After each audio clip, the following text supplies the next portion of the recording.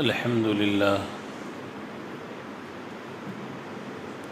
لله نحمده ونستعينه ونستغفره ونؤمن به ونتوكل عليه ونعوذ بالله من شرور أنفسنا ومن سيئات أعمالنا من يهده الله فلا مضل له ومن يضلله فلا هادي له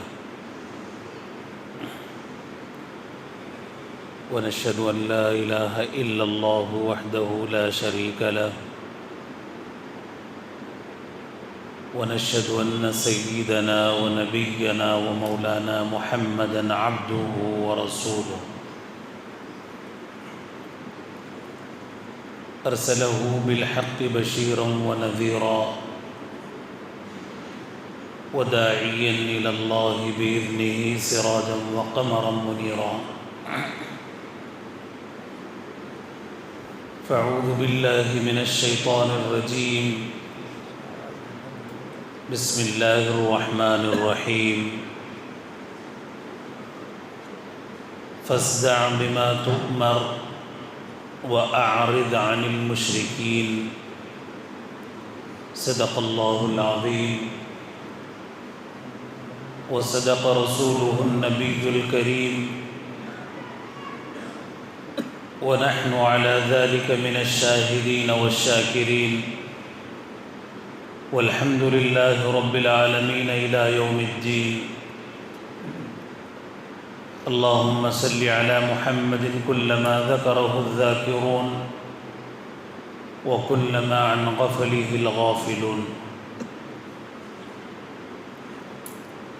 معزز سامعین کرام و ملت اسلامیہ کے عزیز نوجوان دوستو، قرآن مجید کی ایک آیت کریمہ آپ حضرات کے سامنے تلاوت کی گئی ہے، جس کا ترجمہ یہ ہے فاصدع بما تؤمر واعرض عن المشرکین۔ اے محمد صلی اللہ علیہ وسلم، آپ کھول کھول کر بیان کر دیجئے جس چیز کا کہ آپ کو حکم دیا گیا ہے، وَأَعْرِضْ عَنِ الْمُشْرِكِينَ، اور مشرکین سے منہ موڑ لیجئے، اعراض کر لیجئے۔ جیسا کہ ہم سب جانتے ہیں، گزشتہ جمعے میرے اور آپ کے آقا تاجدار مدینہ محمد الرسول اللہ صلی اللہ علیہ وسلم کو یہ حکم دیا گیا تھا کہ آپ اپنے قرابت داروں کو، اپنے عزیز و اقارب کو ڈرائیے، اللہ کے عذاب سے ڈرائیے، آخرت کے عذاب سے ڈرائیے۔ تو اللہ کے نبی صلی اللہ علیہ وسلم یہ کام حسن خوبی کے ساتھ یہ انجام دیتے رہے۔ پھر اس کے بعد آپ کو فرمایا گیا، اے میرے لاڈلے حبیب صلی اللہ علیہ وسلم، آپ کو جس چیز کا حکم دیا جا رہا ہے وہ کھول کھول کر بیان کیجیے، اور ذرہ برابر مشرکین کی طرف آپ مت دیکھیے۔ اب مشرکین کو ناگوار لگتا ہے، مشرکین کو تکلیف پہنچتی ہے، مشرکین اس سے ناراض ہو جائیں گے، آپ اس سے کوئی لینا دینا نہیں ہے۔ آپ کا کام یہ ہے کہ آپ جو بھی احکامات ہیں، جو ہماری باتیں ہیں، وہ ان لوگوں تک پہنچائیے، کھول کھول کر بیان کیجیے۔ اب اس سے پہلے جیسا کہ بتلایا گیا کہ سورۃ الشعراء کے اندر حضرت موسیٰ علیہ نبینا علیہ السلام کا واقعہ تفصیل سے، جب انہوں نے بنی اسرائیل کے سامنے موسیٰ علیہ السلام دعوت اور تبلیغ کا کام شروع کیا، ایک اللہ کی طرف لوگوں کو بلائے، تو اس وقت بھی بنی اسرائیل کے لوگ آپ کی مخالفت کی، آپ کی تکذیب کی، آپ کا انکار کیا گیا، اور اس کے نتیجے میں آپ کو ہجرت بھی کرنا پڑی۔ موسیٰ علیہ السلام ہو بہو اسی طریقے سے اللہ تعالیٰ نے پہلے ہی یہ بتلا دی بات اللہ کے نبی صلی اللہ علیہ وسلم کو، آپ کے صحابہ کرام کو، کہ جو راستہ تم لوگ اختیار کر رہے ہو وہ راستہ بڑا کٹھن راستہ، صرف اور صرف اللہ کے لیے اس راستے کی کٹھنائی اور اس راستے کی دشواریوں کو آپ کو برداشت کرنا ہے اللہ کے لیے، اور پھر اس کے بعد اللہ تعالیٰ اس کا صلہ بھی عطا فرمائیں گے۔ اب اس آیت کریمہ کے اندر یہ بتلایا گیا کہ اے محبوب صلی اللہ علیہ وسلم، جس چیز کا آپ کو حکم دیا جا رہا ہے وہ آپ کھول کے بیان کیجئے، چاہے کوئی اور ہو مخالفت میں، آپ کے مشرکین ہو یا کوئی اور ہو جو میرا پیغام کو ماننے سے انکار کرتے ہو، اس سے آپ اعراض کیجئے، آپ کھول کھول کر بیان کیجئے۔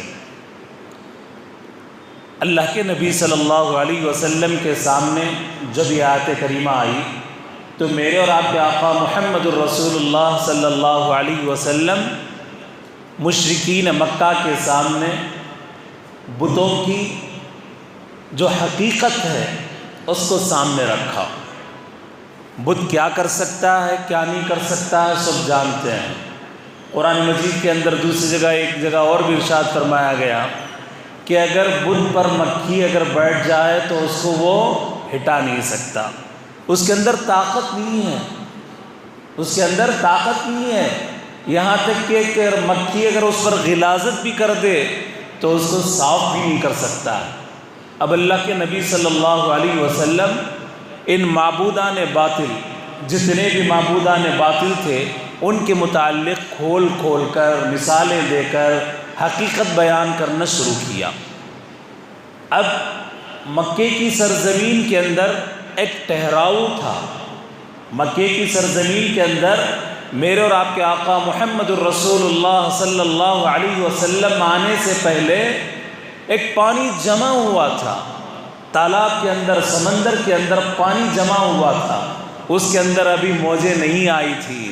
جیسے ہی اللہ کے نبی صلی اللہ علیہ وسلم یہ باتیں کھول کھول کر مشرکین کو سمجھانے لگے، پھر سمجھ جائیے کہ سمندر کے اندر موجیں اٹھنا شروع ہوئی۔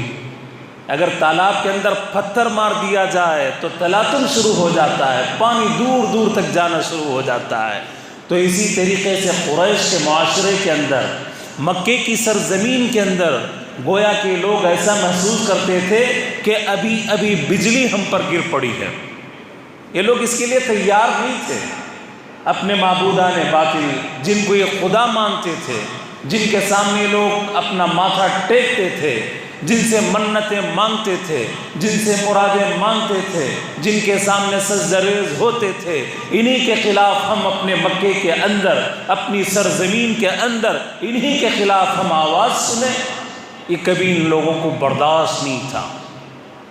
قریش کے لوگ، مکے کے لوگ اس بات کے لیے تیار نہیں تھے کہ ایک دن ہمیں یہ بھی دیکھنا پڑے گا کہ ہمارے ہی معبودان باطل کے خلاف میں کہا جائے گا۔ یہ لوگ اس کے لیے تیار نہیں تھے۔ دوسری جانب میرے اور آپ کے آقا محمد الرسول اللہ صلی اللہ علیہ وسلم کو تیار کرایا گیا۔ آپ جو حقیقت ہے، جو حق بیانی ہے، وہ حق بیان کر کے رہیے، چاہے ان لوگوں کو ناگوار گزرے، ان لوگوں کو چاہیے تکلیف پہنچے، یہ لوگ تلملا اٹھیں، اس سے کوئی سروکار نہیں ہے، کوئی لینا دینا نہیں ہے۔ اور جیسا کہ اس سے پہلے میں آپ حضرات کے سامنے عرض کر چکا ہوں، دعوت اور تبلیغ کا کام 3 سال تک میرے اور آپ کے نبی محترم صلی اللہ علیہ وسلم چھپے چھپے کرتے رہے۔ پھر اس کے بعد فرمایا گیا کہ کھل کر بیان کیجئے، فَاصْدَعْ بِمَا تُؤْمَرْ وَأَعْرِضْ عَنِ الْمُشْرِكِينَ، کھول کھول کے بیان کیجئے۔ تو اسی کو مد نظر رکھتے ہوئے اللہ کے نبی صلی اللہ علیہ وسلم لوگوں کے سامنے کھول کھول کر بیان کرتے رہے۔ معبودان باطل سے اللہ کے نبی صلی اللہ علیہ وسلم ان کی جو حقیقت ہے لوگوں کو بتلاتے رہے کہ آپ جتنے نظر و نیاز، جتنے چڑھاوے ان کے سامنے چڑھاتے ہیں، یہ کوئی کام کے نہیں ہے۔ جو تم ماتھا ٹیکتے ہو کوئی کام کا نہیں ہے۔ حقیقی معبود تو وہی ہے جو ساری کائنات کو پیدا کرنے والا ہے۔ حقیقی معبود تو وہی ہے جو چاند کے اندر روشنی بھرے، سورج کے اندر روشنی بھرے۔ حقیقی معبود تو وہی ہے جس کے سامنے سجدہ ریز ہو جائے، جس کے سامنے اپنا ماتھا ٹیکے، بغیر ستونوں کے اس نے آسمان کو پیدا کیا، یہی حقیقی معبود ہے۔ مگر جس چیز کی تم عبادت کرتے ہو، خانہ کعبہ کے اندر 360 جو بت رکھے گئے ہیں، ان کے اوپر اگر غلاظت بھی مکھی اگر کر دی تو اس کو بھی یہ ہٹانے کے روادار نہیں ہے، اس کے مجاز نہیں ہے، ان کے اندر یہ طاقت اور قوت نہیں ہے کہ اپنے آپ کا ڈیفنس کر سکے، اپنے آپ پر جو غلاظت پڑی ہے اس کو ہٹائے، اس کے بھی مجاز نہیں ہے۔ اب مشرکین مکہ کے اندر ہلچل مچی کہ اب کیا کیا جائے۔ اب دوسری جانب میرے اور آپ کے آقا جناب محمد الرسول اللہ صلی اللہ علیہ وسلم کی شخصیت، ایک ایسی شخصیت جو منفرد شخصیت تھی۔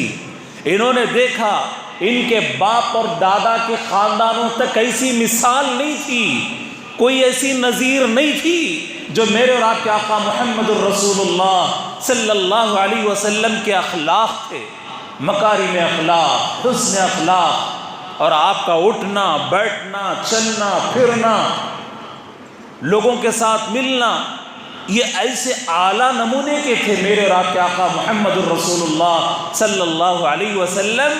ان کے باپ دادا کے خاندان کے اندر اس کی مثال نہیں ملتی تھی، نظیر کوئی نہیں ہے۔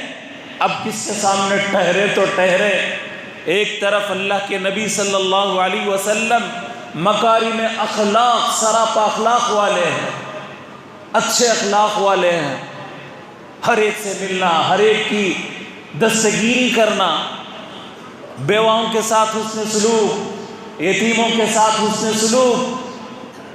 اب اتنی اچھائیوں کا مالک ایک طرف ہے، دوسری جانب قریش کے لوگ ہیں۔ اب سمجھ میں بات نہیں آ رہی کہ مقابلہ کریں تو کیسا کریں۔ ہاں اگر کوئی ایسا ویسا آدمی ہوتا تو اس پر تہمتیں بھی لگائی جا سکتی تھی، مگر اس سے پہلے خود یہی قریش کے لوگ، یہی مکے کے لوگ، یہی بنی فہر کے لوگ آپ کو صادق مانتے تھے، آپ کو امین مانتے تھے، سچا مانتے تھے، سب سے زیادہ سچا مانتے تھے۔ کیوں؟ میرے اور آپ کے آقا محمد الرسول اللہ صلی اللہ علیہ وسلم کی بچپنے سے پوری کی پوری تاریخ ان لوگوں کے سامنے ہے، ابو لہب کے بھی سامنے ہے، ابو جہل کے بھی سامنے ہے، اور ہشام کے بھی سامنے ہے، اور مغیرہ کے سامنے بھی ہے، پورے خاندان اور قبیلے والوں کے سامنے میرے اور آپ کے آقا محمد الرسول اللہ صلی اللہ علیہ وسلم کی سیرت ہے۔ مکارم اخلاق، حسن اخلاق، یتیموں کے ساتھ، بیواؤں کے ساتھ، پڑوسیوں کے ساتھ، محلے والوں کے ساتھ، ہر ایک کے ساتھ حسن سلوک۔ اب مقابلہ نہیں کیا جا سکتا، اگر کوئی ایسا ہے ویسا آدمی ہے تو پھر مقابلہ ہو سکتا تھا۔ اب یہ شخصیت ایسی باروب شخصیت ہے، کچھ نہیں کہہ سکتے۔ تو پھر اس کے بعد اب یہ لوگ سوچے کہ بھائی اب ہماری بات چلنے والی نہیں ہے، اس لیے کیا کرتے ہیں، ابو طالب کے پاس جاتے ہیں۔ کن کے پاس؟ ابو طالب۔ ابو طالب کون ہے؟ جو آپ کی کفالت کر رہے تھے، آپ کے چچا تھے، اور خانہ کعبہ کا یہ متولی ہے، اس کے پاس جاتے ہیں۔ اب بس چلنے والی نہیں ہے، چلو ان سے بات کرتے ہیں پہلے۔ اب ان کو بہکا کے دیکھتے ہیں، ان کے اللہ کے نبی صلی اللہ علیہ وسلم کے خلاف میں کچھ باتیں بول کر دیکھتے ہیں۔ اب بڑے بڑے جتنے بھی سرما تھے، ابو جہل، ابو لہب، اور بڑے بڑے جتنے بھی لوگ تھے، غلیظ قسم کے لوگ تھے، بدمعاش شوباش قسم کے لوگ تھے، ابو طالب سے ٹائم لیے، وقت لیے، اور پھر اس کے بعد کہنے لگے کہ ہمیں کچھ ضروری باتیں کرنی ہیں۔ ابو طالب نے کہا کہ آئیے، بالکل ویلکم۔ پھر اس کے بعد ابو طالب کے گھر پر پہنچتے ہیں اور اللہ کے نبی صلی اللہ علیہ وسلم کے متعلق شکایتیں کرتے ہیں۔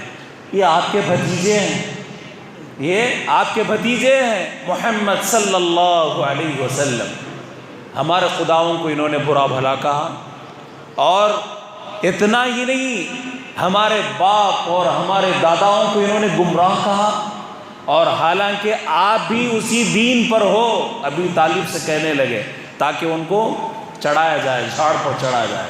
ابو طالب کہے کہ بالکل بات سچی ہے، اور پھر اس کے بعد نرم انداز میں اور رازدارانہ انداز میں ابو طالب جتنے بھی دشمنان اسلام تھے ان کو سمجھا بجھا کر بھجا دیا، جاؤ تم اپنا کام کرو، یہ میرے بھتیجے کا کام بڑا نرالا ہے، یہ بڑا اونچا کام ہے، اس کو اپنا کام کرنے دو، جب تک میری جان میں جان باقی ہے، جب تک اس جسم میں خون باقی ہے، میں اس کا حمایتی بن کر رہوں گا، چاہے میں اپنے دین سے ہٹا ہی کیوں نہ ہوں، چاہے میں اس دین کو قبول کیوں نہ کرتا ہوں، میں اس بات کو برداشت نہیں کرتا کہ میرے بھتیجے کے خلاف میں اس طریقے سے انگلی اٹھائی جائے۔